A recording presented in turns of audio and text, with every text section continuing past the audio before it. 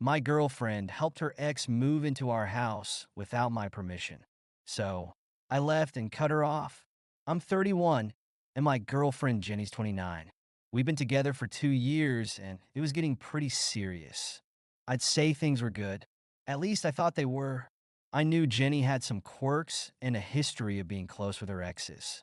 She'd always tell me they're just part of my past. Nothing more. And I tried to respect that. I'm not the kind of guy who tells his girlfriend who she can and can't be friends with. But there was one ex, Mike, who'd come up a little too often. They dated for a couple of years, even lived together. And yeah, it made me uneasy sometimes, but I brushed it off. I met him once at this party Jenny threw. She introduced him as an old friend, but it was obvious to everyone there who he was. Her ex, the guy she once shared a life with. He was in a band and seemed like he hadn't really moved forward in life while Jenny had. I didn't think too much of him back then. But things started getting weird recently, especially when he showed up unannounced at our place for the first time. It was a Sunday. I'd gone out for a jog, came back, and there he was leaning against the door, smoking. He looked completely at home, like he'd just walked out of our kitchen. Jenny swooped in to introduce him, brushing it off with, "Oh, you just stopped by? He's having a rough time." It felt weird, but I didn't want to start something. I laughed it off, gave him a nod, and let it go. But after that, Mike started popping up more and more. Rough times became his new thing. He'd show up, looking like some lost puppy, just needing a friend. Jenny would make him coffee, sit with him in our kitchen, listening to him go on about how his band broke up, how he was behind on rent. He'd look over at me like I was intruding on his personal therapy session with Jenny. She'd pat his arm, telling him it'd be okay, like he was her responsibility. I didn't love it, but I tried to be understanding. That was until the night Jenny dropped the bomb on me. We were winding down, watching a movie, when her phone buzzed. I knew it was him from the way she looked at it. She sighed, said, "Sorry, I have to take this," and walked out of the room. She shut the door, but I could still hear bits of their conversation, her saying, "You'll figure it out," and his voice cracking. 20 minutes later, she came back, looking upset. "Mike lost his apartment," she said, sitting beside me. "He doesn't have anywhere to go." I already knew where this was headed. I was thinking, she started, not looking at me. He could stay here for a few weeks, just until he finds a place. I thought she had to be joking. "Jenny, he's your ex. Are you serious?" Her face twisted, frustrated.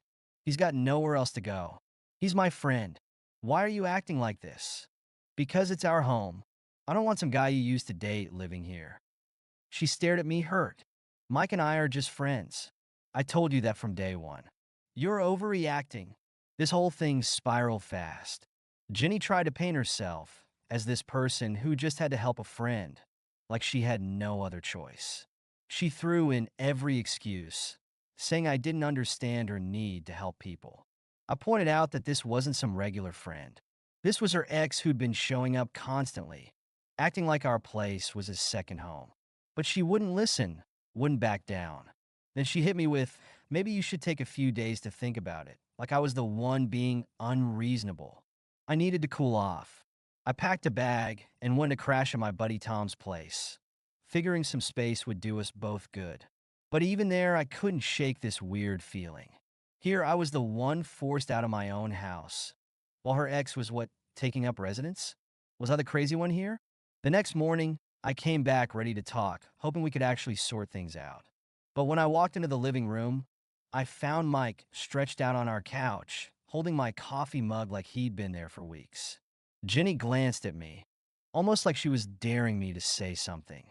"So, when did this happen?" I asked, pointing to him on the couch. Jenny shrugged, as if it was no big deal. "Mike needed somewhere to crash last night. I figured you wouldn't mind." I could feel the anger rising.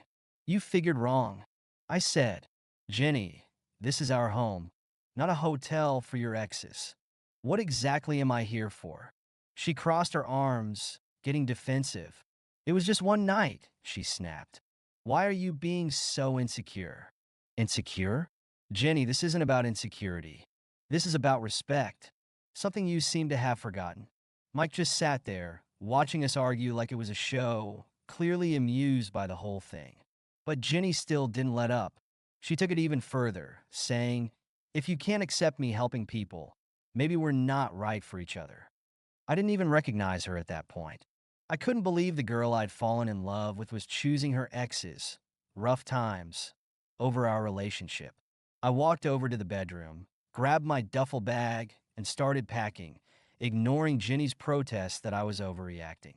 I didn't want to keep fighting about this. I needed out. As I was walking out, she grabbed my arm, her tone changing, suddenly softer. "Don't you love me?" she asked. "Don't you want to see if we can work this out?"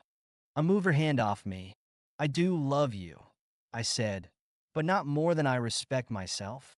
The days after that were rough.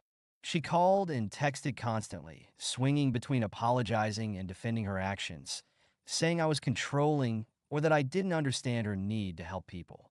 It wore me down, but finally I just blocked her. I knew if I kept going back and forth, I'd end up sucked back in her mess. Once I had some distance, everything about our relationship started making more sense. I realized Mike's constant presence and her refusal to set boundaries were part of a pattern I'd ignored for way too long. This was never just about him needing a place to stay. It was about how she'd been pushing boundaries, disregarding my feelings, and acting like everything that was mine was hers. It all started small. She'd borrow things, hoodies, books, even my cologne. At first, I didn't care. But then, there was this week where I couldn't find my favorite leather jacket. I looked everywhere, only to see her posting pictures on Instagram wearing it. When I asked her about it, she brushed me off, saying, "It's just a jacket. Why are you so possessive?" That attitude was a pattern. She'd treat my stuff like community property, never asking, always just taking. It was like my things were just an extension of hers. After I left, she even messaged me, asking if Mike could borrow a few of my clothes, just temporarily. That's when I realized she never respected boundaries in the first place. Another thing was how she made her emotional demands on me, no matter what I had going on. If she needed me, it didn't matter if I was working or spending time with friends. I was supposed to drop everything. There was one night, my brother's birthday, and she called me out of nowhere, saying she was having a rough day and needed me right now. I explained that I was at a family event and would call her later, but she guilt me, saying I thought I was a priority. She acted distant for the rest of the week, and I felt like I was the one who'd done something wrong for not ditching my family to cater to her feelings. After our breakup, she kept trying to get me back into that same emotional cycle, calling and texting, wanting me to talk things through. I ignored her calls because I realized her need for support was just her way of keeping control over me. It wasn't that I didn't care about her struggles. I just knew my well-being had to come first this time. Then there was the time Mike tried to turn our place into his band's rehearsal spot. One night, he casually dropped that he'd been kicked out of his studio, throwing hints left and right about needing a place to test out some songs. Jenny was all for it, saying it would be great to help him out.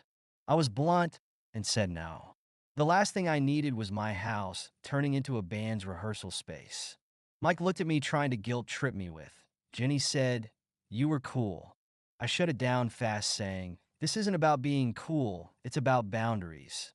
Jenny still tried to convince me, saying I was too uptight and didn't understand her desire to help others. But it was clear by then that she didn't care about respecting any boundary I put up, especially when it involved Mike.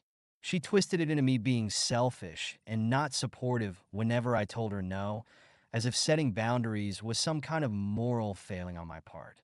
It was like anything I said just bounced right off her. Mike, of course, stayed quiet in the background, soaking up all the sympathy, acting like I was the unreasonable one. So yeah, that last straw, the moment I walked in and saw him sitting on my couch, using my mug, acting like this was his place too, made everything fall into place for me. This wasn't about Jenny helping him.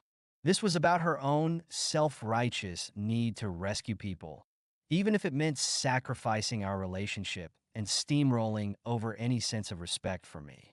And honestly, it made me wonder if she was keeping Mike around just to hold some kind of power over me, or maybe even over him. Packing up and walking out wasn't easy, but I knew I couldn't let her manipulate me into feeling like I was wrong for needing respect. I left for good this time, no plans to go back. She tried calling, tried to make it sound like I'd abandoned her over a little misunderstanding, but it was way past that. I was done being her doormat, done letting her turn my life into this soap opera of her exes and her emotional whims. It's been a few months now, and I haven't looked back. I realized I'd been blind to all the ways she'd ignored my boundaries and undermined my self-respect for her own convenience. I blocked her on everything, stopped checking mutual friends' feeds, and just focused on myself. My life's been a lot quieter, a lot less chaotic, and honestly, it's a relief. If I learned anything, it's that respect is non-negotiable. You can't build anything real with someone who won't respect your boundaries and expects you to sacrifice your dignity for their convenience. Thank you so much for listening to my story. If you have any thoughts, I'd love to hear them. So please leave a comment. Don't forget to like and subscribe if you want more stories like this one.